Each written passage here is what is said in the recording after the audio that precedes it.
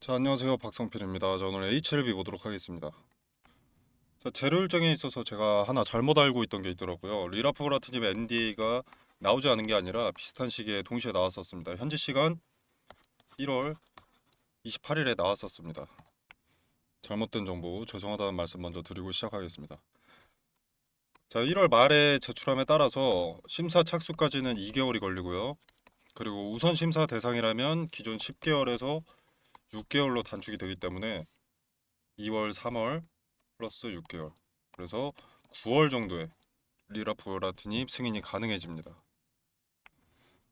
자, 그리고 간암 치료제 클래스 2는 현지 시간 1월 23일에 NDA를 제출했고, 그렇기 때문에 이제 6개월이 걸린다면 최대 7월 말에 결과 여부가 나올 가능성이 높고, 이제 이게 일정이 겹쳐 있기 때문에 이 비슷한 시점 7월 말부터 뭐 8월 요 정도까지는 상승세가 강력할 수도 있습니다.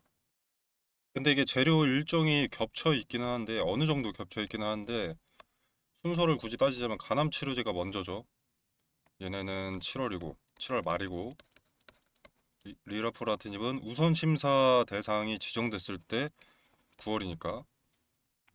그래서 결국 간암 치료제 결과에 따라서 리라프라티닙의 재료가 추세를 이어갈지 이어질 재료가 될지 아니면 잔여 물량 엑시트를 위한 기술적 반등의 도구로 사용이 될지 결정이 되겠습니다.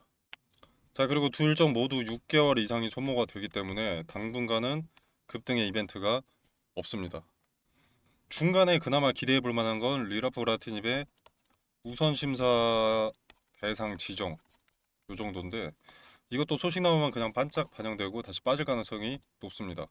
기대감은 반짝 반영되고 본 재료 일정은 간암 치료제 승인 여부 뒤에나 나올 수 있기 때문에 메리트가 크다고 보긴 어렵고요. 가장 빠른 재료가 간암 치료제로 다시 돌아왔기 때문에 오히려 리스크가 다시 커졌다라고 볼 수 있겠습니다. 자, 그래서 간암 치료제 재료가 기대감이 어느 정도 반영이 되면 엑시트 하시는 것이 다른 어떤 상황보다 더 중요하다고 생각이 되고요. 기대감이 일부 반영되면 비중 축소를 하는 게 압도적으로 좋다고 봅니다. 혹시나 승인 나서 더 상승한다고 하더라도 내 돈이 아니었다라고 생각하시는 것이 좋다고 보고요. 승인 날 것을 예단하고 투자한다면 그건 이미 투자가 아닙니다. 꼭 한번 생각해 보시길 바라겠고요. 이번에도 만약에 좌절된다면 재료의 메리트가 거의 없다고 생각하시면 되겠고 이전의 저점보다도 낮아질 수도 있습니다. 물론 리라프라틴입이 어느 정도 방어를 해주겠지만 간암 치료제가 좌절되면 지금 있는 자리도 다시 오는데 시간이 년 단위로 소모될 가능성이 높습니다. 그래서 이번 재료 일정에는 손절이든 익절이든 근거에 따라서 기대감 이용하고 마무리하는 게 좋지 않나 생각합니다. 제가 텔레그램방에서 말씀드릴 대응 전략도 리스크 최소화를 중점에 두고 기대감만 이용한다는 전제에 분할 매도 타점을 공유드릴 거고요. 계획대로 되는 게 어디 있겠냐마는 사측에서 확신을 품은 언급을 해놓고 연 단위로 지체가 되고 언급과는 정반대로 가는 기업 자체의 리스크가 너무 큽니다. 이번 일정에는 꼭 대응하시길 바라겠습니다. 자, 차트 보겠습니다. 차트 보면은 지금 매물대의 지지를 받았습니다.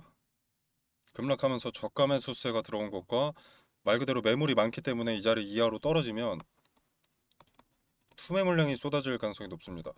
그래서 지켜주는 걸로 보이고요. 요 자리가 지켜진다면 크게 문제될 건 없는데 밑으로 내려가면 방금 말씀드린 대로 투심이 부정적이어지면서 매물이 좀 쏟아질 수 있고 하락세에 힘을 보태게 될 수 있습니다. 그리고 이후에 다시 올라올 때 여기 매물을 소화해 줄 만큼 매수세가 동반이 되어야 하고요.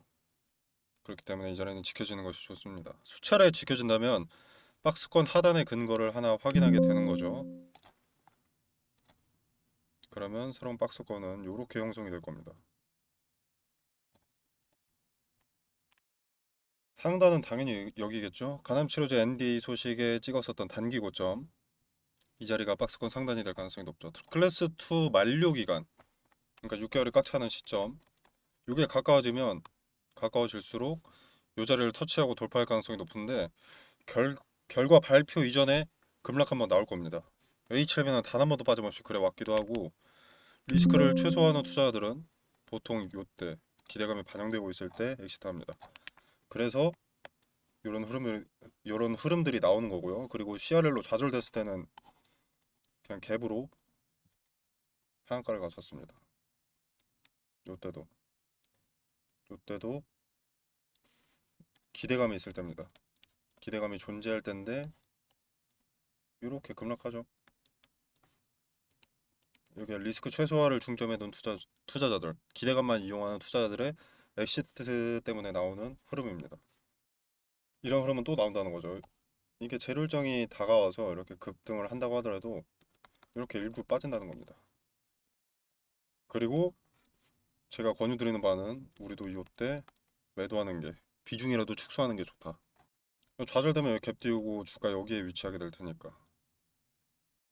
승인 받으면 여기서 다시 올라갈 텐데 이렇게 갭까지 띄우지도 않고 여기서 뭐 다시 올라갈 텐데 우리가 굳이 여기서부터 들고 있을 이유가 없습니다. 비중 축소하고 여기서 매수해도 될 일입니다. 유통 주식 수가 그렇게 적은 종목도 아니기 때문에 승인 난다고 해도 거래가 안 되지 않습니다. 거래됩니다. 그리고 또 한 번 강조드리지만 이번에 승인 날 가능성이 높다라는 것은 근거가 없습니다. 세 번째는 되겠지. 이건 근거가 아니잖아요. HLB는 현재 치료제에 대한 기대감이죠. 매출에 직접적으로 찍히진 않고 오히려 연구개발 비용 소모만 동반되고 있을 겁니다. 자, 1분기 실적, 2분기 실적은 개선의 여지가 없다는 거죠. 그리고 3분기는 1월이 아니라 11월 15일까지 제출이기 때문에 재료 일정보다 뒤에 있어서 주가에는 변수가 존재할 수는 있지만 1분기, 2분기는 변수가 존재할 수 없이 실적도 늘 그렇듯 처참할 수밖에 없습니다. 자, 물론 3분기 실적이 6월 30일부터 9월 30일까지의 실적이라 처참할 텐데 이때는 재료 일정이 맞물려 있는 시기라 실적과 다르게 주가는 변수가 있을 수 있다는 거고요. 자, 그래서 이번에 대응하지 않으면 쉽지 않습니다. 난이도가 엄청나게 상승합니다. 자, 대응의 디테일 텔레그램방에서 말씀을 드릴 거고요. 트레이딩 관점에서 분할 매도 타점과 근거를 말씀드릴 겁니다. 아주 높은 자리에 전 재산을 물리신 분들은 대응이 쉽지 않겠습니다만 시드머니가 소액이라도 있거나 평단이 그렇게 높지 않다면 분할 매도 등을 통해서 리스크를 최소화하면서 평단을 낮추고 수량을 늘릴 수 있습니다. 그렇게 네, 계좌를 개선할 수 있습니다. 어느 정도. 분할 매도 당연히 귀찮죠. 근데 또 당연하게도 귀찮다고 일 안 하면 돈은 못 버는 겁니다. 분할 매수의 근거와 타점, 그리고 분할 매도의 근거와 타점, 디테일을 말씀드릴 테니 참고해 보시길 바라겠습니다. 자, 관점을 달리 생각하면 대응이 가능한 평단이라는 자체가 매력입니다. 재료 일정, 소식이 없다고 주가가 가만히 있지는 않습니다. 어느 날은 급락하기도 하고 어느 날은 급등하기도 합니다. 이때 의미가 큰 자리에서 지지를 받는다면 분할 매수를 통해서 메리트를 챙기고 의미가 큰 자리에서 저항을 받는다면 분할 매도를 통해서 리스크를 축소하는 쪽으로 접근해야 승률이 올라갈 수 있습니다. 지금 HLB의 상황에서는 이것이 최상책이라고 생각합니다. 마냥 일정을 기다린다라는 것은 카지노 가서 돈 따길 기대한다 라는 것과 똑같고요. 로또 한 장 사서 1등 되길 기원한다 라는 것과 똑같다고 봅니다. 자, 좀 확대해서 보면 이 아래 구간 박스권에 있을 때 이렇게 쌍바닥이 나왔죠. 의미 있는 지지의 자리에 수차례 지지를 받은 겁니다. 자, 여기 분할 매수하기 좋은 타점이었죠. 그리고 뭐가 없어도 어떤 내용이 없더라도 이때 아무 내용도 없었거든요. 이때는 LMR 파트너스의 투자 소식이 떴습니다. 그래서 박스권 상단을 이탈한 건데 돌파한 건데 그 전에 아무런 소식도 없는데 박스권 내에서 등락을 거듭합니다. 이런 걸 이용을 해야 된다는 거예요. 세력이 물량을 장악하기 위한 또는 매물을 흡수하기 위한 소화하기 위한 그 드리블은 나올 수밖에 없습니다. 그래서 박스권 내에서라도 왔다 갔다 하는 거죠. 요걸 이용하면 한 차례 매수, 한 차례 매도에서는 메리트가 없겠지만 분할 매수, 분할 매도를 반복해서 평단을 낮추고 차익을 조금씩이라도 가져간다면 수익성이 개선될 수 있습니다. 아시다시피 재료 일정은 최소 6개월이 남았습니다. 이 기간 동안 무대응으로 가만히 있으면 나아질 건 없습니다. 가능성을 굳이 따지자면 9월 이전까지는 하락의 가능성이 더 높죠. 근데 그 하락을 어디서 받아주는지 근거를 확인한다면 단기적으로 저점이 어디인지 확인할 수 있다는 말이기 때문에 트레이딩 관점에서는 매력이 있는 자리가 되는 겁니다. 자, 그리고 시간이 지나고 나면 기대감만큼은 반영이 될 겁니다. 클래스 2라고 하더라도 승인 결과 발표가 예정되어 있으니까요. 그 기대감은 개인만 이용하는 것이 아니죠. 세력도 그 기대감에 엑시트를 해야 되는데 고점의 개인들이 매수할 수 있도록 기대감이 크게 반영되는 것을 연출해야 합니다. 그러기 위해서는 사전 물밑 작업, 물량 확보가 필요하겠죠. 마지노선을 터치하고 물량을 소화하기 위해서 박스권 내에서 움직임이라고 하더라도 이런 상단을 터치할 가능성이 있습니다. 이때 분할로 비중을 축소해서 리스크를 조금씩 없애는 겁니다. 자, 텔레그램 방에서 트레이딩 관점에서의 분할 매수, 분할 매도의 근거를 말씀드리고 의미 있는 자리들을 나열해 드리겠습니다. 자, 저는 과거에 박스권 하단이 확실하게 특정되었을 때 매수하기 좋다고 말씀을 드렸었고요. 박스권 상단이 특정되었을 때 이 자리에 비중 축소하는 게 좋다고 말씀을 드렸습니다. 결과로 봤을 땐 올라갔죠. 근데 우리가 이 결과를 보고 나서 하는 것은 의미가 없습니다. 자, 그리고 이제 위에 박스권에서도 하단이 특정됐을 때 매수하기 좋다고 말씀을 드렸었고요. 박스권 상단은 여기가 될 것이다. 바로 언급을 드렸습니다. 자, 이번에는 박스권 하단과 상단이 아직 명확하게 확정되진 않았지만 확정되었다는 근거는 존재하지 않지만 가능성이 높거든요. 그래서 이번에는 어느 정도 손실을 상쇄하거나 이익을 좀 더 할 수 있도록 대응을 좀 하시기를 권유드립니다.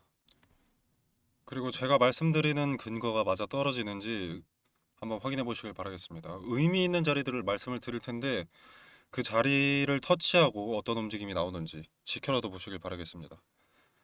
뭐 대응 도와줄 테니 돈 달라 이런 거 아닙니다. 그냥 달면 삼키고 쓰면 뱉으시면 됩니다. 대응에 참고 안 하신다고 하더라도 지켜는 보시고 이후에 근거가 쓸모있는 근거였다라고 한다면 다음에 있을 투자에서도 어느 정도 도움이 될 수가 있기 때문에 지켜라도 보시길 바라겠습니다. 자, 텔레그램 방 참여는 영상 설명란에 보시면 더보기 버튼이 있습니다. 이 버튼을 누르시면 이렇게 링크를 기재를 해뒀고요. 고정 댓글로도 남겨두도록 하겠습니다. 자, 링크 타고 들어오시면 이런 창이 하나 뜨는데요. 나는 빠른 정보 전달과 대응 분석이 궁금하다라고 하시면 텔레그램 입장이나 개별 종목 대응 분석을 체크하시면 되고요. 나는 그런 것은 필요 없다.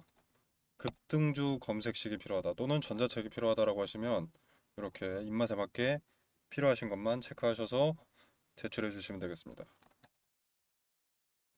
그리고 뭐 링크든 전자책이든 답변 받으실 전화번호 002-1234에 4457이다. 이렇게 기재하셔서 제출 눌러주시면 되겠습니다. 전자책과 급등주 검색기는 PDF 파일로 만들어뒀기 때문에 모바일로도 쉽게 확인이 가능하실 거고요. 자, 대충 보여드리면 이렇게 만들어져 있습니다. 밑에 검색식 되어 있고요. 자, 이 공간에서 제공되는 정보 일체 금전을 요구하지 않습니다. 투자의 기준과 근거들을 설명드리고요. 여러분의 투자에 도움이 되기를 바라면서 마무리하도록 하겠습니다. 감사합니다.